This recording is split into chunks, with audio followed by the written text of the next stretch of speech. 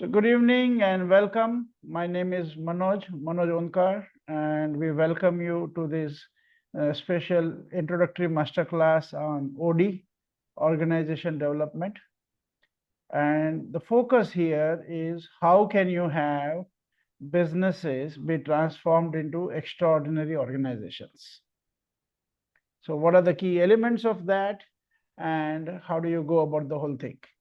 Right, so that's where we are focusing. So thank you very much for your interest in this topic, and let's begin by giving you an opportunity to share one or two lines about yourself and what is your interest in OD. What is it that you are looking to learn, or what is your interest in organization development? Anything you would like to share about that? Right, so let's hear from you. Yes, shall I start? Yes, please. Yeah, I am Deepak Kelkar. I am from Akola, Maharashtra, India. And I am a professional psychiatrist practicing psychiatry for the last 41 years. Wow. And having 2-3 hospitals here at Akola. And I am having another like bank and trade society and so many other things which I would not like to share right now. This is my introduction. And I want to develop this hospital as an organization. Right. Basically, I don't know what is the difference between business and organization. So whether we can, like, what to go, how to go about, and I've got businesses, but not an organization. Right. Yes. Great. Thank you very much for sharing, Deepak. Okay. Yeah, good afternoon, everyone. Yeah, good afternoon. Myself, Sheetal Tongse. By profession, I'm a homeopath and I'm a YouTuber also, running my online OPD. I have a team of 30 people. Like we are providing service for gastric issues like piles, fissure, fistula, pan India. And my mentor is Dr. Deepak sir. He is my guru, my mentor. He told me about this program, and that's why I'm here. Okay, welcome, Sheetal. Yeah. Okay, Minda, you want to go next? Hi, everyone. So I'm Minda Basa from the Philippines. I'm actually an HR consultant now. I've been an HR practitioner for the past 30 years in my corporate life. So I'm semi-retired already. So having said that, now that I'm working with smaller I used to be with a multinational company. Now that I'm working with smaller organizations, I realize that it's really different. The culture, the dynamics, and of course, in terms of dynamics, it's really managing now the different generations that's in front of me. And of course, I'm sure you've been hearing all the nuances about the Gen Z. But on top of that, I am pretty sure that there's still something very basic that we can look at in terms of the workforce, the human dynamics in the workforce. So how are organizations today evolving in meeting the different needs of the different generations within an organization? So that's why I got very interested in this one, Manoj. Okay, welcome. Thank you very much. Okay. Vandana, you want to introduce yourself? And then Nupur, Snehal, if you want to do that, that would be great. Not compulsory. And if you want to put in your introduction in the chat, that's also fine. And if possible, keep your videos on, everybody, because difficult to interact with blank screens. Right. So Yeah, good Vandana, evening. go ahead. Good evening, everyone. I'm Vandana Vansali, and currently I'm heading HR for a biotech firm in Mumbai. And I call myself a developmental sector professional over 2 decades now. And I think my purpose is to drive abundance of women leadership. And I attended this ODeX program in last September, and I just realized that it is so implementable in whatever we learn. So it's not just theory and it's not just certification to, upgrade us.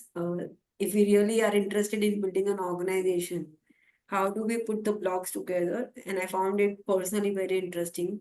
And of course, Manoj has a personal purpose to drive the extraordinary organization where people can bring their, head, heart, and soul. And I want to be a part of that journey, and that's why I'm here.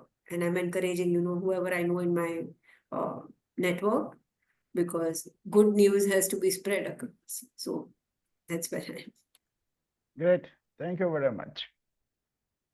Nupur, would you like to say something? Yeah, so I'm leading a talent management portfolio with a robotics company which is into drones, engineering and manufacturing. Have worked with BFSI, have worked with automobile and IT giants like IBM in the past.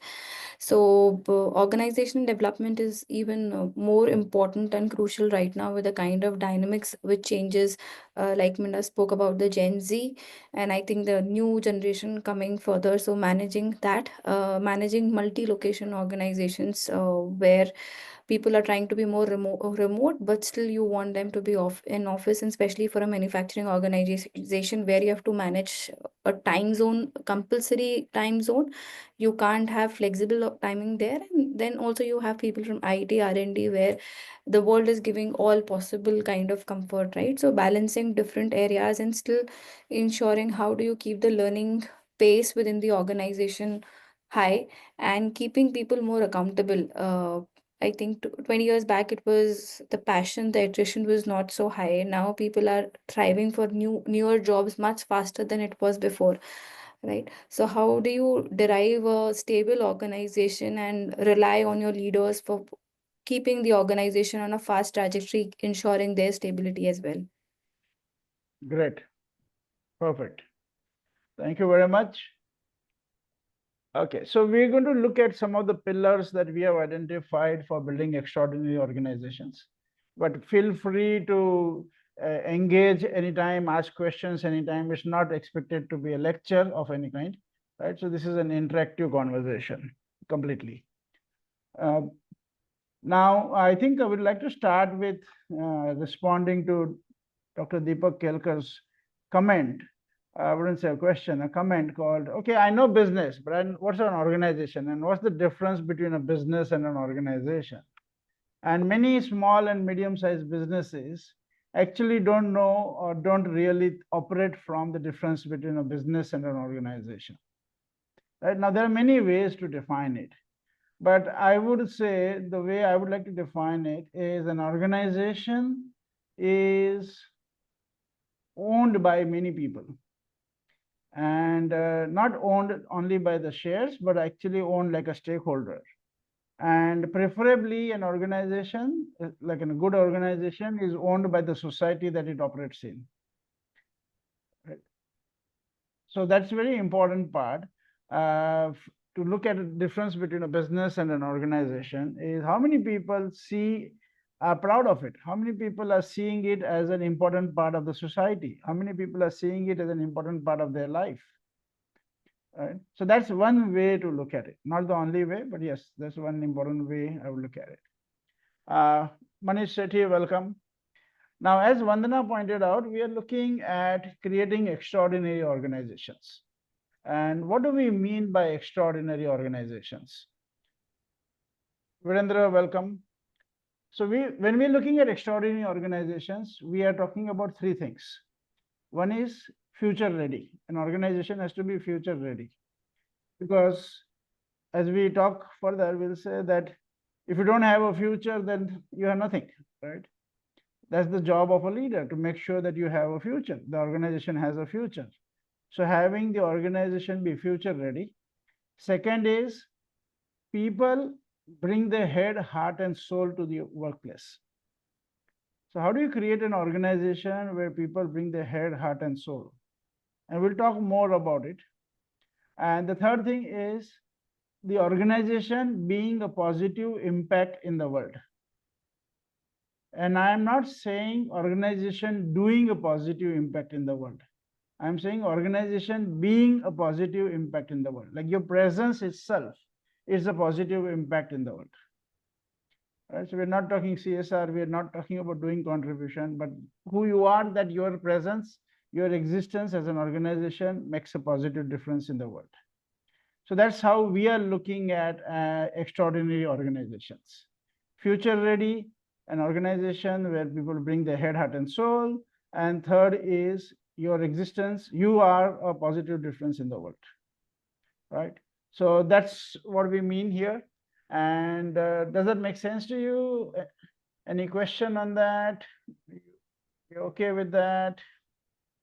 Hey, Virendra, welcome. And Tanmoy, welcome. Can you get your videos on, please? That would be good. Okay. So the Manoj, that means the stakeholders or the people who are there in the organization, they are also having financial commitment or financial gain or whatever in the organization along with the goals of the organization. See, all stakeholders may or may not have a financial commitment, but they have some commitment, right? Like, for example, your employees have a financial commitment, they have a financial uh, involvement there, but your patients may not have a financial involvement, but they are also stakeholders, right? So some stakeholders will have a financial angle, some stakeholders may not have a financial angle. Right? Like your vendors will have a financial angle, but they also, a lot of other people would be connected based on the purpose of the organization. Right? Right. And they would, a lot of, and financial angle would have presence, but it doesn't have to be only financial. Otherwise, they're not going to bring their head, heart, and soul. Right? So what is it that is going to take? What is it going to inspire people to bring their head, heart, and soul to the organization? Now, mostly what's happening is, forget the employees, the owners themselves are not bringing their head, heart, and soul in the organization. Right? And soul is like an irrelevant topic nowadays, as far as management world is concerned and organizations is concerned. People have forgotten that they have a soul that can also play a role in their professional journey. And when people join the companies, yes, they bring their heart, but very soon they realize that if they bring their heart, they get hurt. So they say, okay, forget heart. Let's not put heart here. It's risky. Then they said, okay, I will bring my head. And companies also think, yeah, we are happy. We are paying for the head as such. So if they bring their head, that's good enough. But really speaking, can people bring their full intellect also to the company? Not necessary. Most people can only use that much intelligence that their bosses will allow them to use. If you are smarter than your boss, you get into trouble. So many organizations are actually organizations where people have to dump down. They have to reduce the usage of their full intellect to the degree that they don't create trouble with their boss and with the department. So you can only use that much intelligence, right? And if you have worked in organizations and if you have had bosses, you know what I mean, right? You can't be too smart. Right? You have to use the only that much intellect that the organization can kind of deal with. Hey, Ram, welcome. So everybody, you should make sure to ask questions whenever you want to. Right now, I am going to take you to this conversation here. So we are saying transforming businesses into extraordinary organizations that make a massive impact. So we want to look at organizations which make a massive impact. And there are 5 things, pillars that we're going to work on. And we're going to talk today also. And this is what we do when we do OD consulting. So sorry. When we do OD consulting, we do kind of 3-year assignments where we work on the same areas. Also in the 6-month program that we run on OD, we train everybody to run on the same 5 pillars.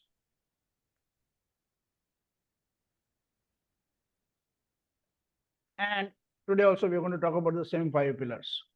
So if somebody can help me and read out the 5 pillars. So let's have somebody read out the first pillar.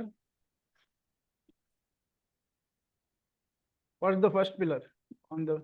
Transforming leadership. Okay, thank you very much. Somebody else? That's transforming culture. Thank you. Okay, somebody else? Breakthrough competitive strategy. Breakthrough competitive strategy. Thank you. Strategy execution. Strategy execution. Thank you very much. One more. Ram, you have to read the last one. Talent management. Management. Right. Good that all of you read in the right sequence, same sequence, starting from transforming leadership. Sometimes when we have people from HR background, they want to start from talent management. Right. But yes, so these are the 5 pillars: transforming leadership, transforming culture, breakthrough competitive strategy, strategy execution, and talent management. And we are going to discuss a little bit about each of them. So let's start with transforming leadership, right? So what's the most important job of a leader? Hey, Shri Kumar, welcome. What's the most important job of a leader in an organization?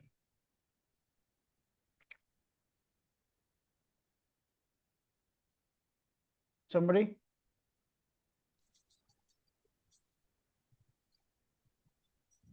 I already gave a hint earlier.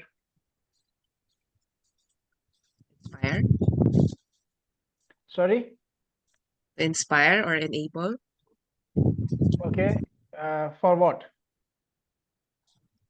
Basically, what our leaders should be the ones who should be role modeling, that being in part of the organization, who has a heart, head, and soul into the organization. So Yeah. once he has that, he can have the people inspired and rallying behind him on his vision for the organization. Okay. Valid. Thank you. Somebody else? What's the job of a leader?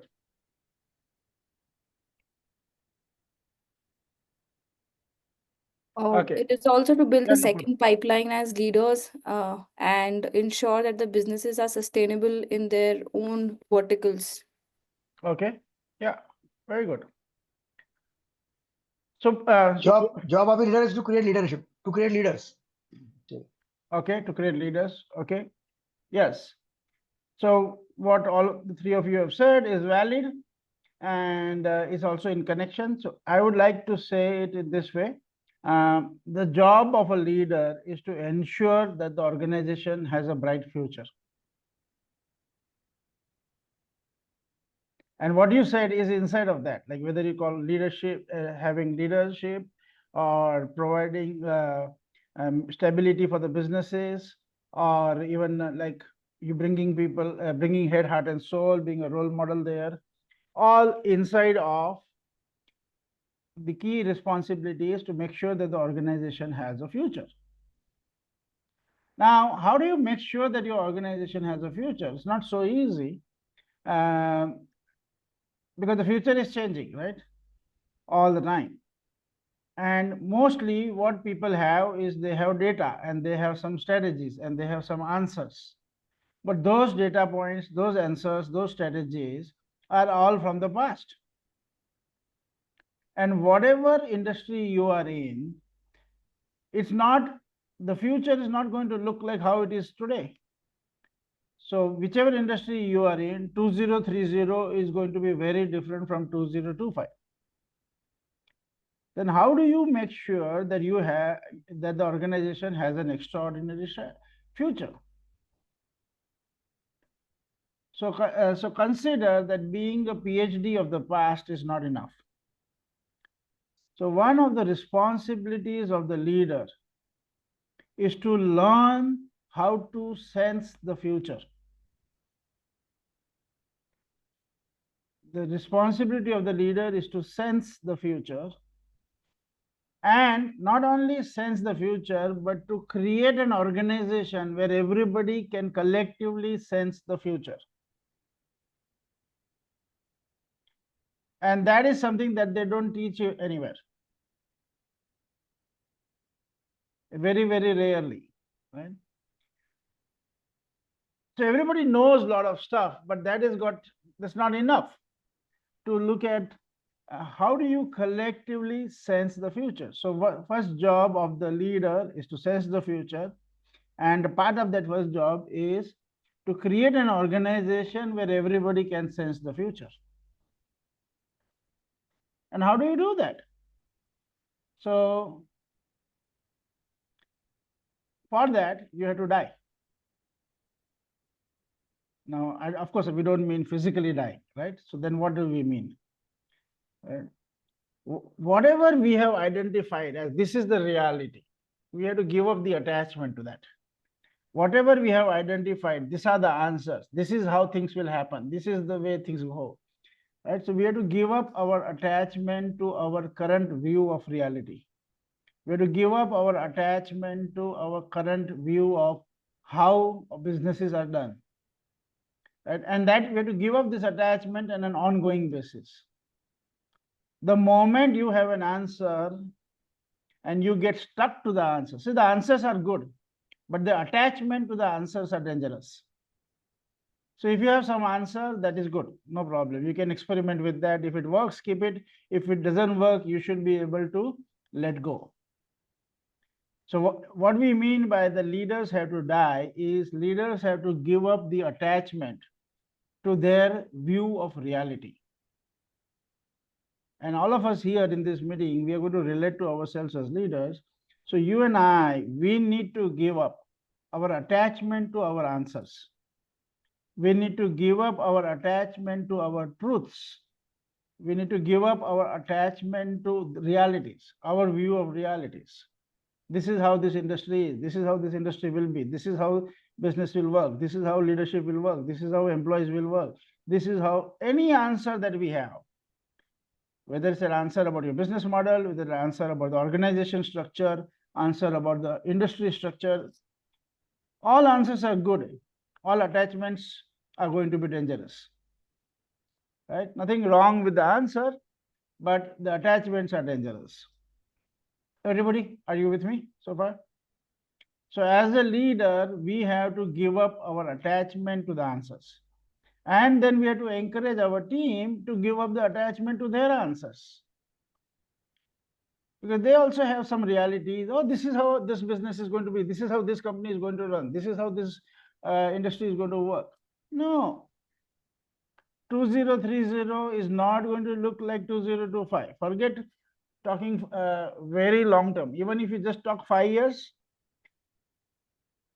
whatever we have today, we can't get attached to that. So first aspect is we need to give up the attachment and help the company give up the attachment, such that then we can get out of our head and begin to sense the future. So what we do in this workshop in the program is train people on how to connect with the universe. How do you connect with the various stakeholders so that you can start sensing the future? And sensing the future is an ongoing job, right? It's not a one-time job, right? So that's the first element of leadership. The second element of leadership and transforming leadership is to give up this whole notion of individual as a leader, but to look at the game of collective leadership. Unfortunately, most of the leadership that we have been trained in is individual leadership. Individual, oh, Ram is an extraordinary leader, or Ram is not an extraordinary leader, whatever. The focus is on individuals. Maybe the future is not going to be of individual as a leader. Maybe it's something else. So as an organization, we have to learn the methodology or learn the game of going beyond individual leadership to collective leadership. And by the way, many of you know that there is already this concept is not new. This concept is already there. A lot of organizations are being created on this distributed leadership methodology. But how do you actually create that environment in the company where you have the collective leadership? So starting with leadership transformation, two things: moving from individual to collective leadership, and moving from having the answers to giving up the attachment and getting into a learning sensing mode, where you are learning and sensing the future as it emerges. So that's the first phase of transforming leadership. Let me pause here, and if you have any question, this will be a good time to ask. And everybody, if you can get your videos on, Shri Kumar and Nupur and Tanmay and Mandeshi, that would be good. Highly appreciated. Sheetal and Manish, everybody. Okay, questions, comments?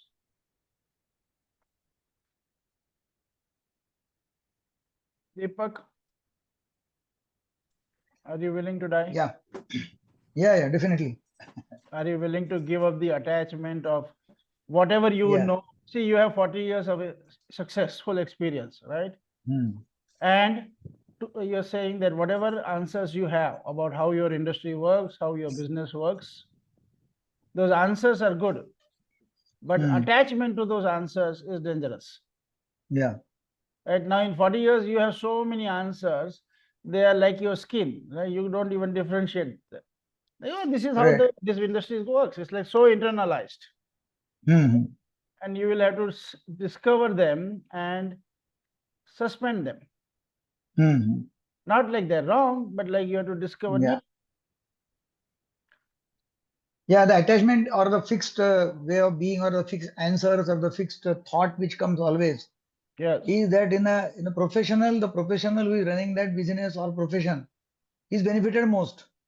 And other persons who are illiterate or not qualified, like in my practice, they may be 12th pass or BA or BCom, and they are like, I know everything. I know everything because they are unqualified. And then running the business with them is a difficult one. And this is, I know. Yeah. So you have certain images about how your business is run, right? Yeah. How your kind of industry is run and how your kind of hospitals are run. So there are some images that you have, right? Yeah. Some truths and realities that you have. Right. Right. And they may be valid, but if you remain attached to that, then you won't be able to create a new future. Right. Yeah. Great. Thank you very much. Anything for you, Minda, Ram, Vandana? And I know Ram and Vandana, you have been in the course, but you should still ask question if you have a question, right? Because so basically, Manoj, you're saying that it's really more of starting with a clean slate, white paper, removing your biases so that you can be more open. Yeah. Well, we can't remove our biases, but we can be aware of our biases. Yeah, that's right. If we think we have removed the bias, then that becomes the next bias. That's right. That's right. But yes, the more we are aware of it, then we can suspend it. We can kind of put a pause to it, and for some moments, try to listen with an open mind. Right? It's almost impossible for human beings, but still, for some moments, we can try. Right? I'm just sharing a thought, not a question, Manoj. But the moment, like first when I heard transform leadership, it's, to get a new leadership style, new people. And later on when the discussions emerge, I just realized it's for a leader to actually get into a self-awareness or a reflection mode and actually transform his or her own leadership. Yes. In the interest of the organization. Yes. So it's not about, Yeah. Not only his or her leadership, but also how organization sees leadership and everybody being a leader. Yeah, correct. So collective leadership. Great. Thank you. Manoj Kumar, welcome. Okay, so let's talk about the second element, which is the cultural transformation. And when we're talking about cultural transformation, we are talking here of two things. One is we're talking about a shift from ego-centric to ecocentric. By the way, I encourage you to make notes. If you would love to make notes, please go ahead and do that. And it would be useful. It also helps you engage better. Right? So what we mean by egocentric is thinking within a boundary. So when I say me, there is a boundary. When I say my department, there is a boundary. My company, there is a boundary. My community, there is. So we always think within boundaries. So that's egocentric. And ecocentric is when you are all inclusive. You include as many stakeholders as possible. The more you expand your circle of and you include everybody in your thinking process, that's ecocentric.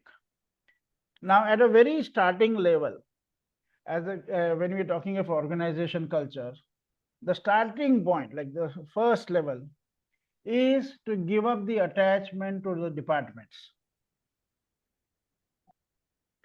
Now, what happens is people start to think that departments are real. No, I am in HR, I am in finance, I am in this, and I am in that. No, no, no, no, no. If you ask any entrepreneur, what's your dream? Nobody's going to say, I am looking to create a great organization with many, many departments. No, that's not the dream. The dream is to solve some problem. The dream is to make some products happen. The dream is to make some success happen. Departments are just a work distribution mechanism. But as organizations grow, people get attached to the departments. And I'm sure some of you are not going to like what I'm saying, but if you are attached to the department, then you are not connected to the organization. So one of the shifts that is required in the culture is people being connected to the organization and not attached to the department. This, right, is like if you're married to your department, you're divorced from the company. And unfortunately, the senior leadership team, including the entrepreneurs and founders, they are also culprits in creating this whole department culture. Because initially, for work distribution, they create departments, and then to control people, they many a times say, oh no, you take care of your department. No, you take care of your department. Then after some time, those departments start to become real, like, oh, like a kingdom. Oh, my department and your department, and I control this and I control that. That whole departmental silo thinking is one of the big dangers for organizations. And definitely, you can't create extraordinary organizations if people are married to the department. Okay, so the first shift that you are expecting, if you want to create an extraordinary organization, is for people to give up the attachment to the departments and get connected to the company. And in some cases, it might be a little easier. In some cases, it might be quite difficult, depending on current culture of the organization. If people have got too much of their self-worth connected with the department but not so much connected with the organization, then that becomes a problem. So that's another transformation to cause there. The second aspect of culture transformation is a shifting from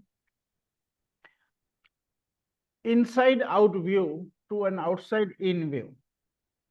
So I'm going to explain that. Okay, so inside out means, oh, this is my vision, this is our vision, these are our products, these are our processes, this is our methodology, and you try to push that out into the world. So that's an inside out. This is how we do things, this is how we, so that's fine, it is valid to some degree, it is valid, right? So there's nothing wrong with that, but you again can't get attached to that. So you also need to bring in an outside in view.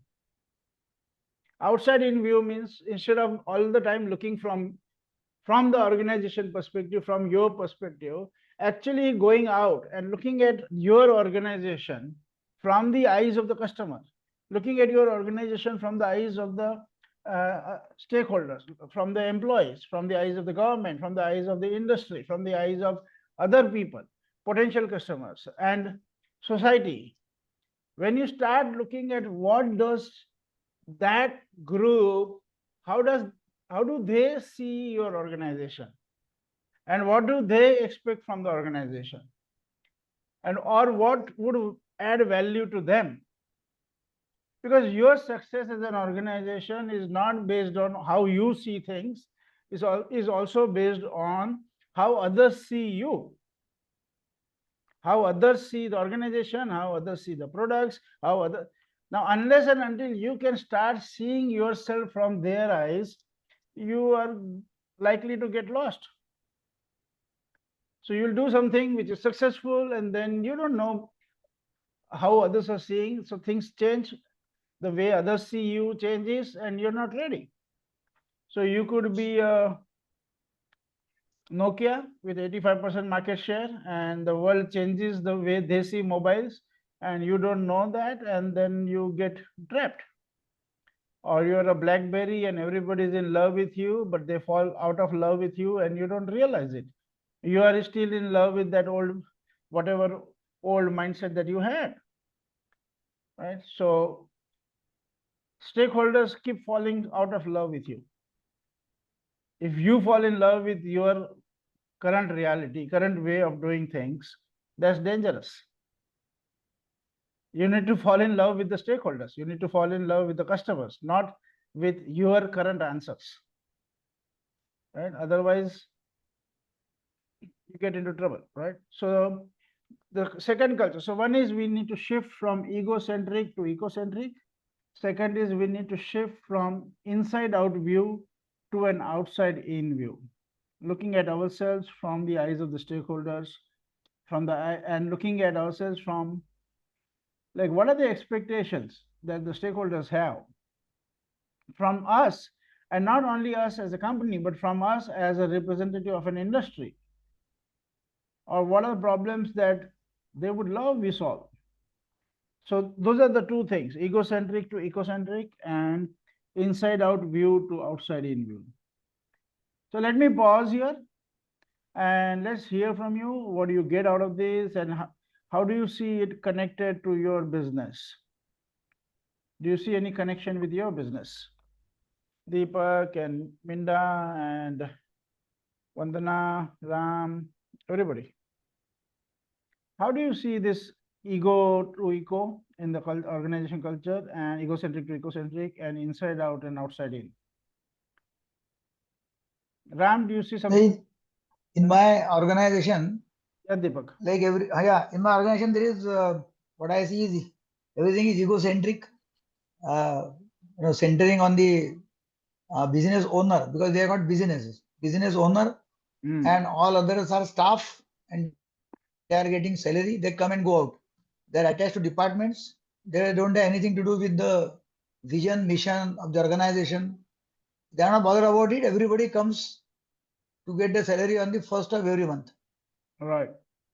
And they don't know anything about the organization or the business after 6 p.m. when they leave the hospital.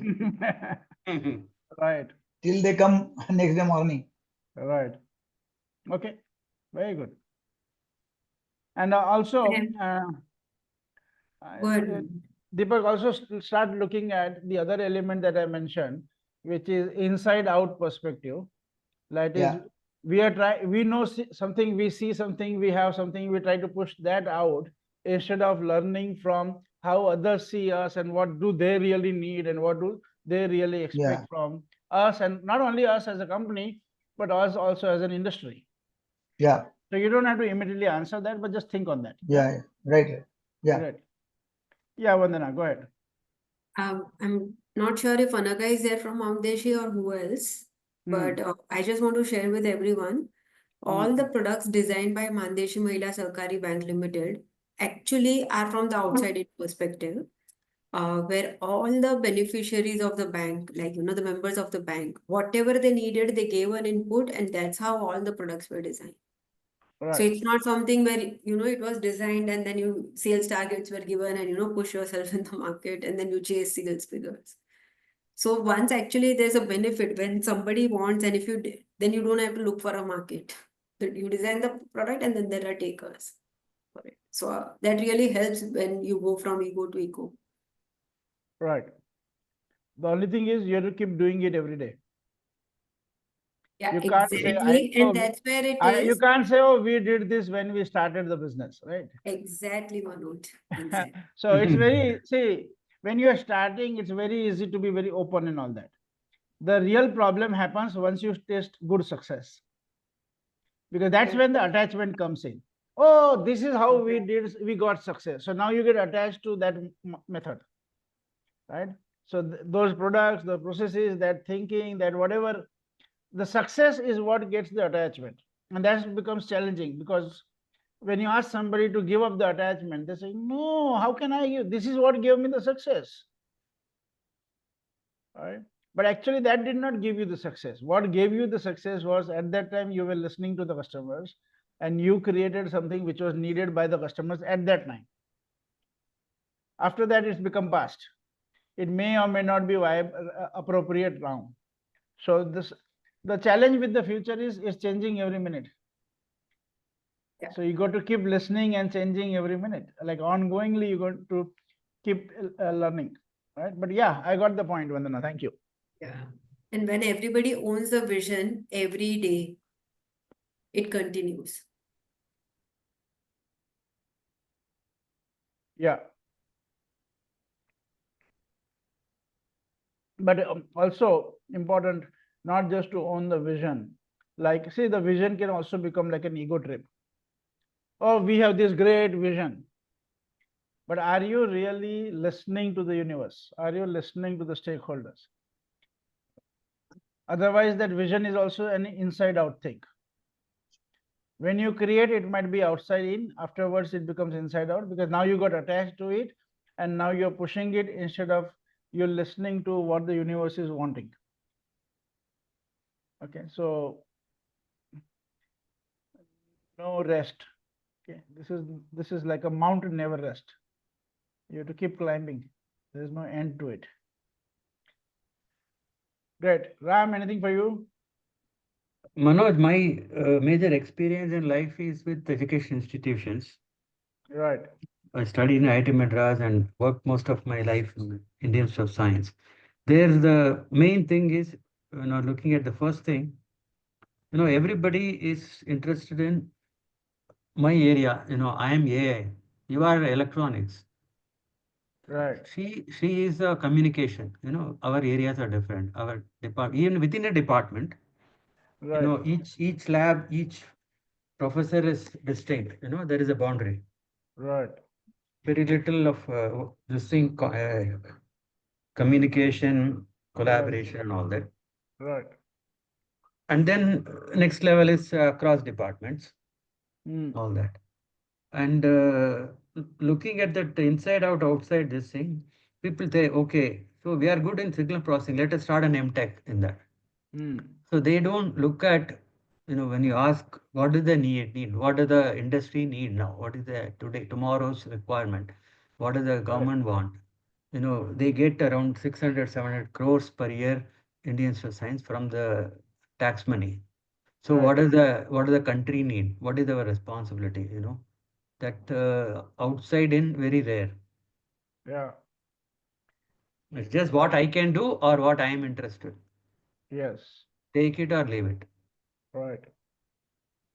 Ram, one thought crossed my mind that if education institutions were listening to the emerging future, one of the actions that might happen is they would close down some courses and launch some new courses, Absolutely. You are very, very correct. or at least revamp the whole course on an ongoing basis. And Yes. now, if you really look at it, is actually insane to run those compartmentalized courses. It's all integrated, right? Out in the world, out in the companies, out in the industries, everything is integrated. To run those compartmentalized courses, like what you said, I am electronics, I am communication, I am this and I'm that, is actually unreal. Correct. Like you're not preparing people for the real world where it's all integrated.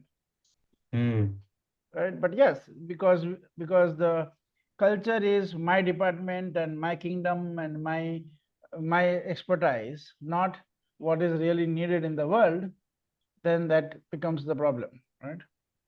Correct. Great, thanks. Hey, Manish, good to see you. So Thank you. welcome. Minna, Manish, anything for you? Outside, Yeah, I just want to share something about when you were talking about the departments building their own kingdoms. I have a um, very vivid in my mind an example that we went through in one company wherein there was a tendency, for example, for the salespeople to keep fighting the production people because they cannot produce on time, and then the marketing people are not timely in the way they advertise with the product, etc. So there's a lot of finger pointing with that kind of silo culture. And then when the health of the organization was not good anymore, we got everyone in the room, representatives, and decided to form a multi-department or multifunctional teams. And then that's when everyone refocus their energy. There's a change in paradigm when people started understanding what are the challenges in a production side, what are the challenges of marketing people, the challenges of salespeople. Everything was put on the table, and that's when everybody got to understand each other more and behave differently moving forward. That as you were saying, there was a realization at the end of the day, why are we here for? It's really for the customers, for the consumers out there of our products. So how should we now synchronize our movements, be more collaborative with each other so that we can deliver goods out there based on the needs of the people, depending on the geography, etc. That's a very powerful exercise when I experienced that in one organization. It's really not healthy to be very silo in a culture. There are advantages, of course, sometimes, but at the end of the day, the advantage is work distribution mainly. And if till the time you're using it for work distribution, but not for creating kingdoms, then yes. Right. But the moment it's into the collaboration and connection, then it's becoming costly. True, very true. Okay, great. So we talked a little bit about leadership, and we talked a little bit about culture. Sometimes in some organizations, we only done work on these two for the first 1 year because that's what they were interested in, and it created miracle. But when you look at the overall organization development, then there are 3 more pillars to focus on. And the next one is strategy. Now, strategy is one of the most misused word in English. People who use it have no idea what they're talking about. And it's connected with like a lot of people, including education institutions, management education institutions, misuse the word strategy for planning. Planning is different and strategy is different. And then, so there are many kind of misunderstandings around the word strategy. While we're not going to address all of them right now in this session, let's first understand what is the job of a strategy. So if you create a strategy, it should do something for you, right? So what's the job of a strategy? Somebody? What do you think is the job of strategy?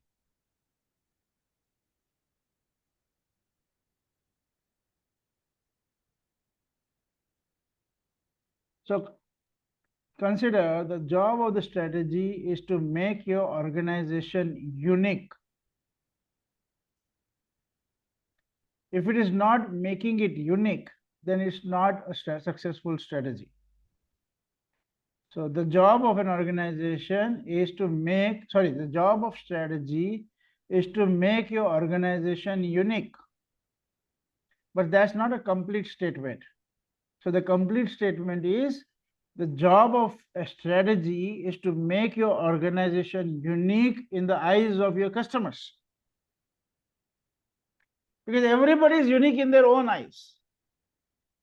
Right? That doesn't count. You are not paying your own to your own company. You're not paying your own salary. You're not paying your own profit. So who counts is the customer. So is your organization unique in the eyes of your customers? If not, then you don't have a good strategy. Now let's understand this a little bit. Why being unique is important. So if you're not unique in the eyes of the customer, then you are what? I would say you are a me too. You are a copy. You are, oh yeah, similar. And see, every language has its own bad words, right? Curse words. In strategy, the biggest insulting word when we want to insult somebody, the biggest word is commodity. You are a commodity. Which means what? If you are not there, they will buy somebody else, some other brand, and they will not even think of you. So to give you an example, if you're buying sugar from your grocery store, right? And you say, oh, this brand is not available, this other brand is available, equally good, you buy. Your potato, you're buying some vegetables, so not this supplier, some other supplier, not this farmer, some other, it's okay, you buy, right? Are you getting a sense of what I'm saying? So if you're not unique, then you become me too. Me too means commodity. It means replaceable. If you're not there, somebody else will do. Nobody is going to blink and worry and cry about you. Oh, Manish Sethi brand potato is not available. No, they don't care. So when you do not have a strategy which makes your organization unique, then you become a me too. You become a commodity, which means what? Easily replaceable. Then the only way you get your market is what? Through your price. Can you, if you're not unique, if you're not unique in the eyes of the customers, are you going to get brand loyalty? No reason. Are you going to get great margins? No. And if you don't have great margins, how will you invest in the future? How will you invest in the R&D? How will you invest in people? How will you invest in systems? So the main responsibility of a strategy is to make you unique in the eyes of customers. If it is not making you unique, you don't have a good strategy.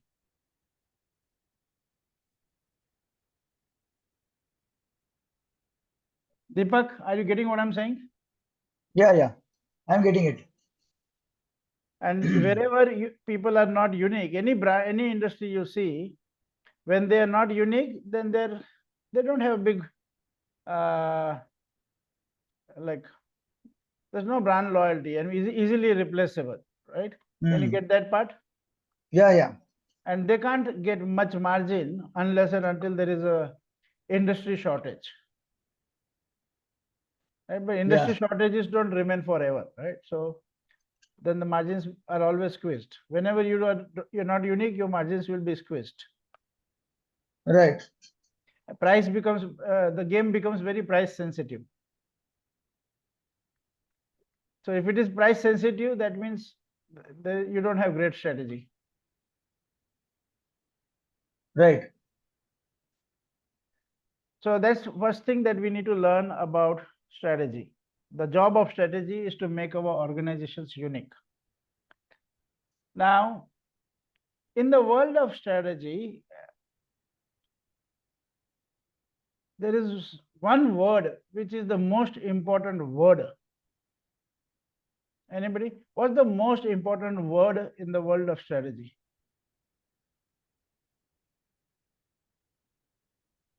And it's something that people don't like.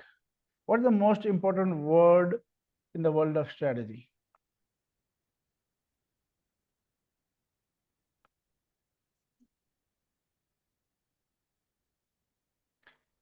You have to say that word and you don't like to say that word. What is that word? In the world of strategy, there's a word that you have to say, but you don't like to say it. Any idea? The word is no. N-O, no. And your job, if you are a strategist, and if you really are interested in strategy, then you have to master saying no to a lot of good ideas. See, saying no to ideas is easy. Saying no to things is easy. Are you good at saying no to a lot of good ideas? If you can't say no to a lot of good ideas, you are not in the game of strategy.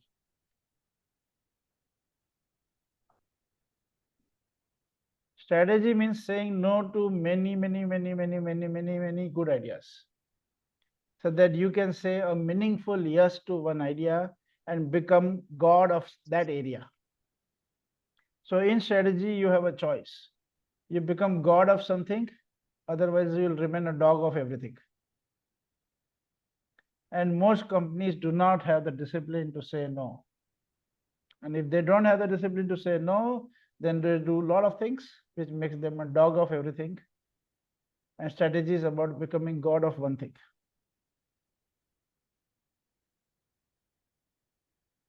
Are you the go-to expert in one thing? Instead of, oh, we do this also, we do this also, we do the other. One thing.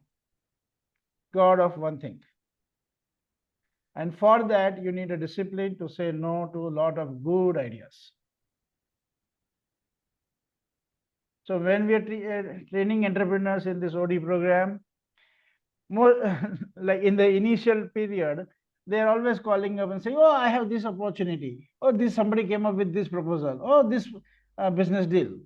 And they have to really kind of learn and break through their addiction to say yes to a lot of good ideas. They think, no, I will do this also. This is also good. And this is also good. Oh, yeah. It's all good. But you can't become great like that. There's nothing wrong with the idea. But if you want to be great, then you got to do something and stay with that and master that and become God of that.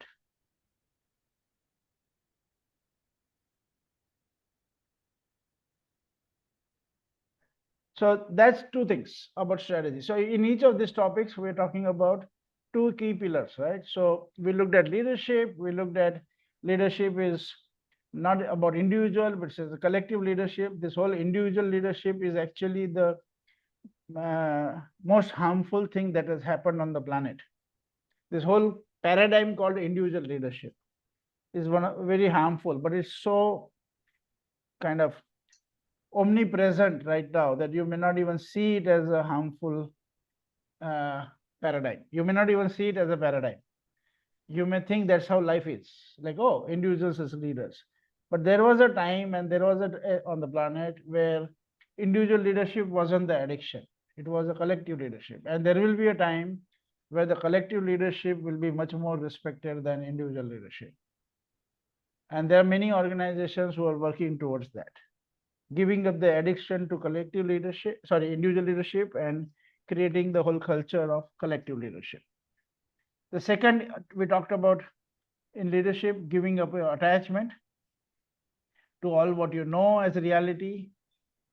Like it may feel like dying, but really giving up the attachment to all the truths, all the views, all the realities, so that you can listen the future as it emerges and train the whole organization into listening to the future as it emerges.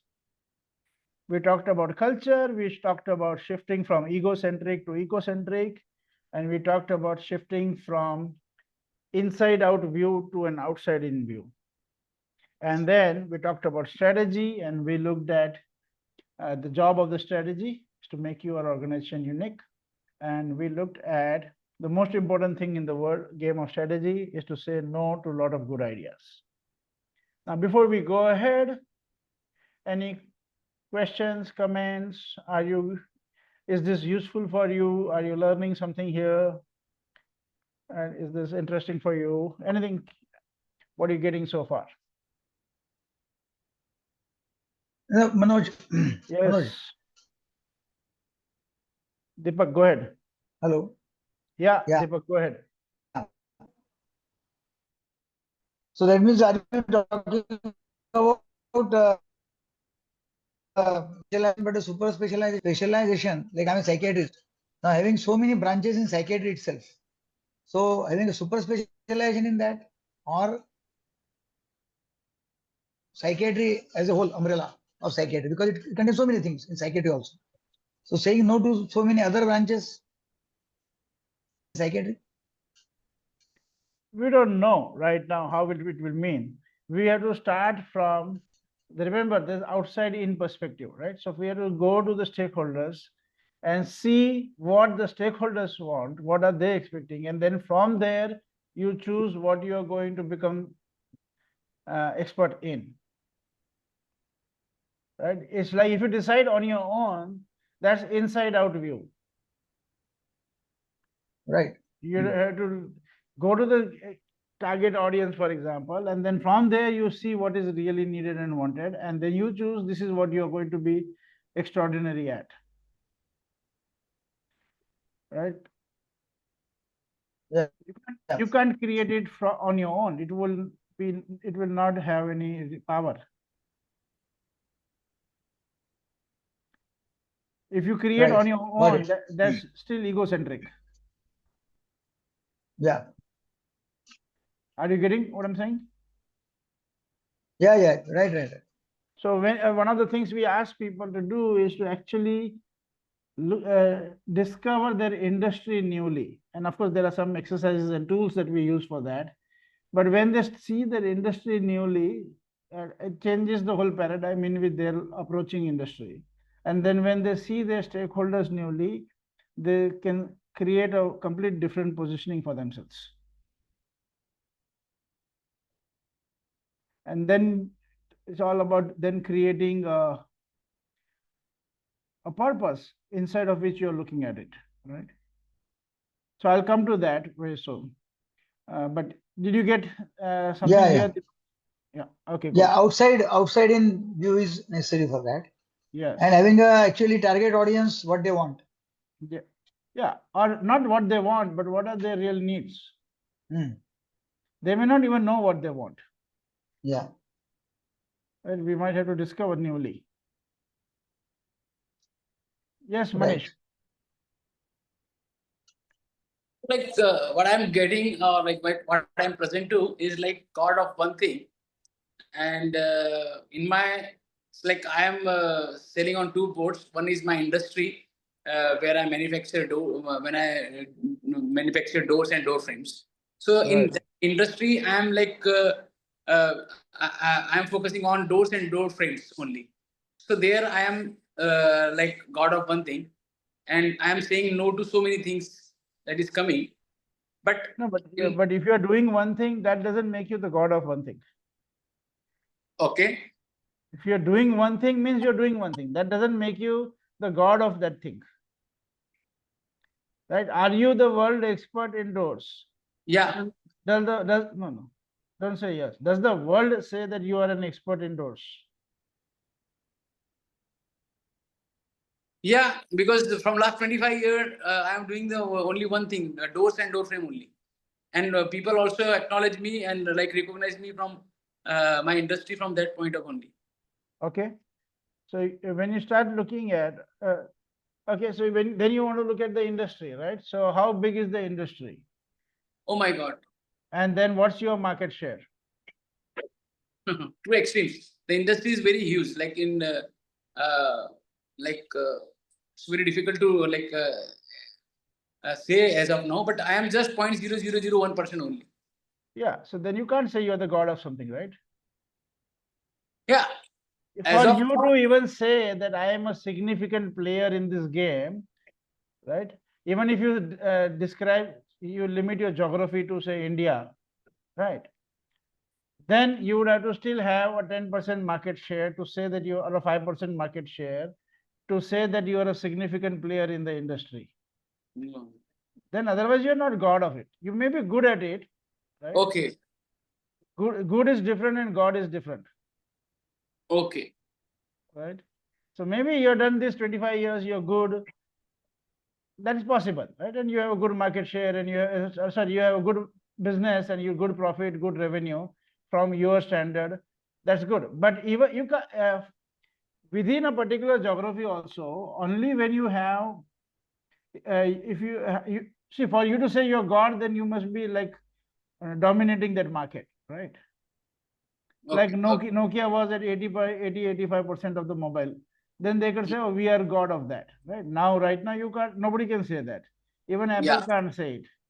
Mm-hmm. They're not god. They're good at it, but they're not god of it, Mm-hmm. right?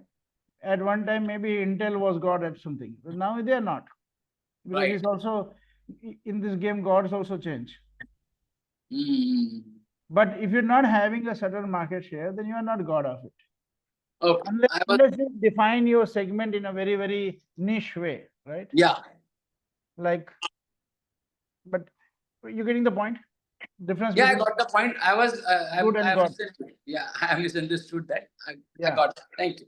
I think you can say you're good at something because you have done it for a long time. Yeah. That is possible, but not God. Okay. Yeah. And Thank you. when you become God, you will have a completely different. For that, you will need to change everything, the way you see the game, and the way you see your role and all that. There will be multiple transformations required in your organization. Mm-hmm. And then, of course, the results will also be like that. So we Right. talk about 100x growth and 1000x growth and more. Right. But that for that you have to give up everything that you have attached as reality.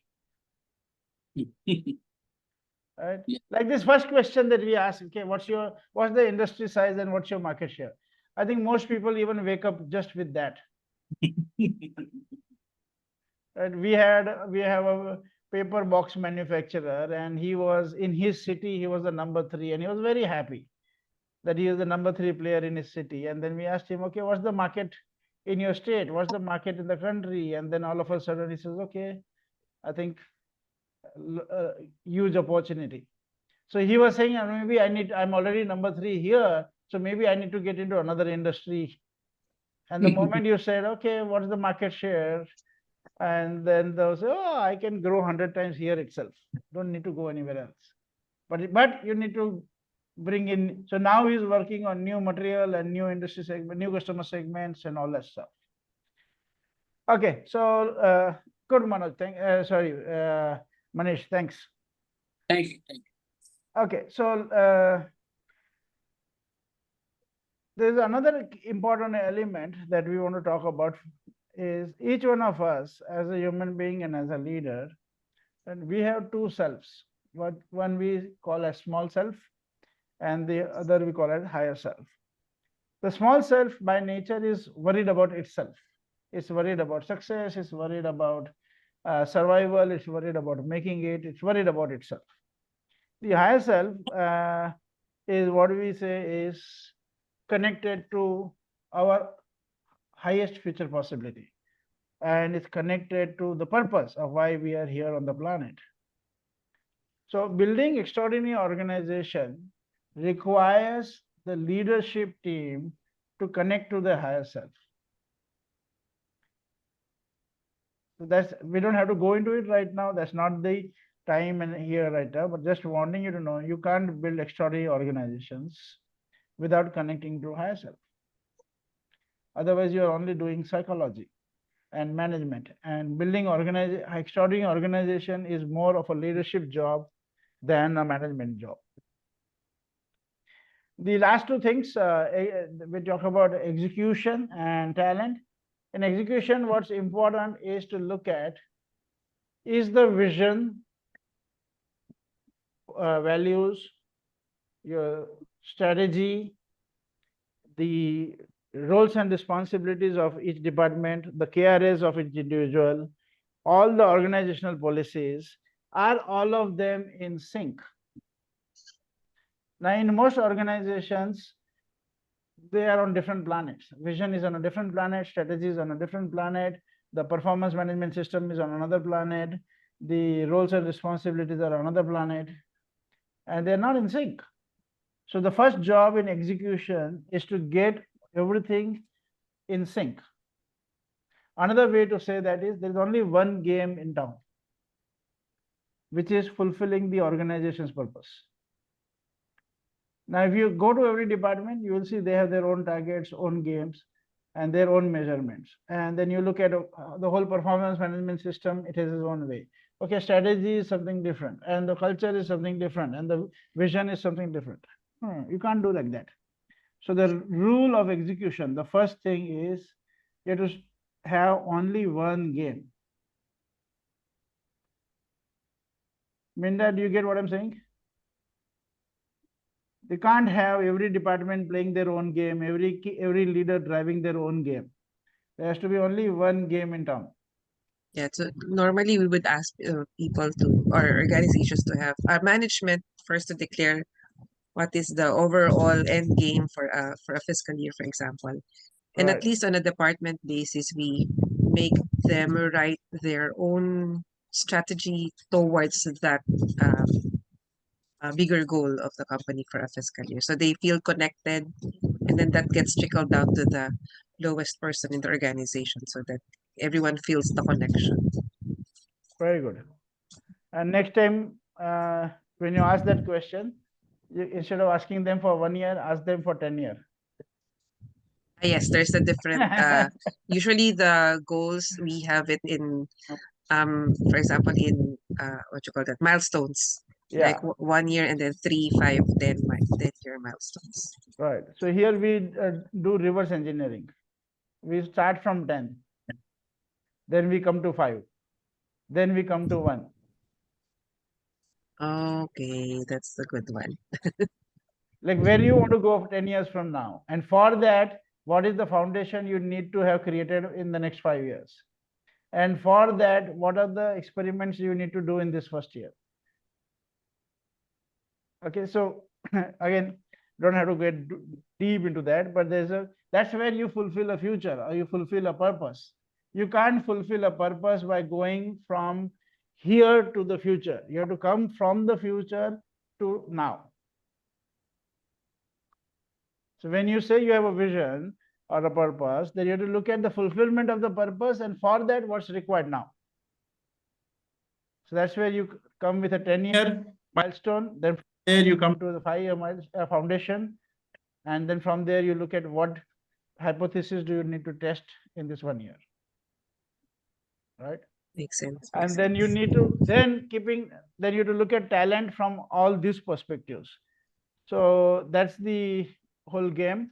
We'll not go more in there, but let me take a couple of minutes to just share about our program and what do we do.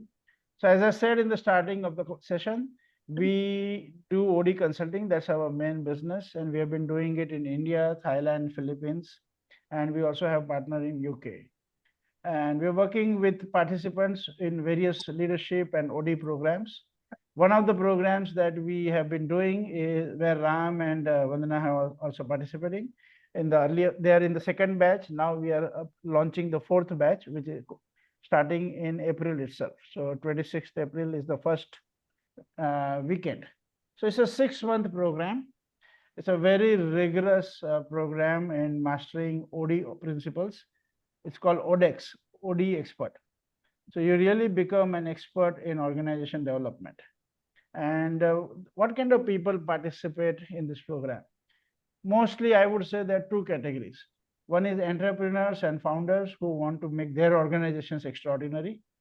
And second is a group of consultants and HR professionals who want to be able to work with various organizations and make them extraordinary. So these are the two broad categories of people that have been participating. And we have people from various industries participating.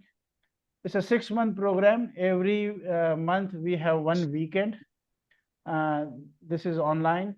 And every week we have one 2-hour coaching session. So the whole structure is 12, so 6 weekends, so that is 12 full days. And every month 3 group coaching sessions. So 6 into 3 is 18 group coaching sessions. Okay. And what we do in each of the weekend is we introduce this whole one new world of, say, leadership, and there are a lot of exercises and assignments inside of that, a lot of activities, and then you get 1 month to practice it and make it real in the organization. So it's all implementation oriented, and you get the coaching to support you in implementing it. The next month you come and you build on it, and you bring in new dimensions, right? Like that, we keep building on leadership, culture, strategy, and it's all done cohesively. It's not linear, that only leadership now and only culture now. No, all these 3 things start together: leadership, culture, and strategy, initial phases. And then in the mid course, we get into execution. And then in the later part of the course, we work on the talent management. So overall is a 6-month program. And the next cohort is starting in April.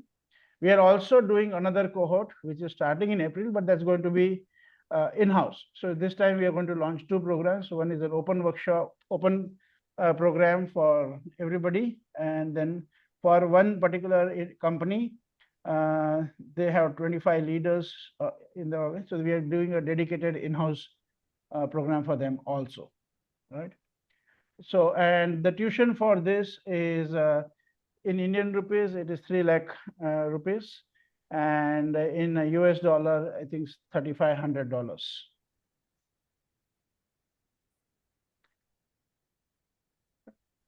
So anybody, if you need any, we're going to send you the brochure. You might have already received the brochure along with the meeting invite.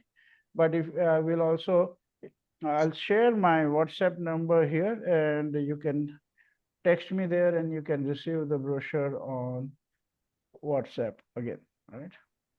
So let's also take questions, anything that you would like to know about the program, any that will help you to decide whether you and your organization should be participating in that.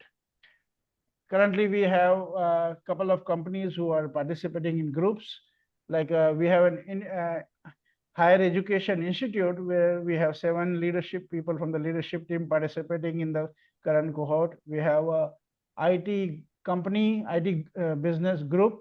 So where 5 CEOs of those group companies are participating. And in the second, now in this April cohort, they will be having 12 people from their leadership team participating. So people participate in individual capacities also, and people also participate in group capacities, right? So, and the average batch size will be between 10 to 25, so that you get enough attention. Deepak, any question? And what is OD consultation? You said that is different one than this. Yeah, OD consulting is where we are working with you and your organization separately, right? There you're not with. So if you're going for OD consulting package, that's a different package. You should discuss with me separately. And in that, if you're part of that package, you still can be part of this course as a inclusive in that, right? So, but that's a customized thing, completely customized. Right? So where you are getting guidance on day-to-day basis for your organization, particularly for your organization. In the open program, you are learning from everybody also, like it's a collective, right? Right. And you can get benefit of both at the same time. Like what Nilesh is doing. Nilesh got, since you know, Nilesh got both. Done the OD consulting for himself, his company, as well as he's part of the program. Right. Great. Thank you. Thank you. Okay. Nupur, Vandana, Sheetal, Oliver, any questions? Manish, Minda, anything? Shri Kumar, Snehal, I'm good. Thank you so much for this, Manoj. welcome. Say hi to Francis, and he was going to participate, but I think he has some family Yeah, health there's concerns. Yeah, that's right. That's right. so he couldn't participate. But he was very keen to participate. Let's see when we get. We have right now 2 people from Philippines participating. Aljor, you might know him. Do you know Aljor Pereiras? Yes, yes, I know him. And then there is Mensch. Do you know Mensch? So they are participating, and then this time we are in the April one. We're going to have some people from Philippines and some people from Thailand also participating. Okay, everybody. So we're going to pause this conversation here, and we'll be available for a couple of minutes for any interactions you want to do on a one-to-one basis. Otherwise, thank you very much for your participation here. We hope you got some value out of this session, and feel free to reach out. And we have shared the WhatsApp number. So if you want more information, feel free to connect there also. Thank you very much, everybody. Have a great weekend ahead. Enjoy. Thank you. Thank you. Thank you.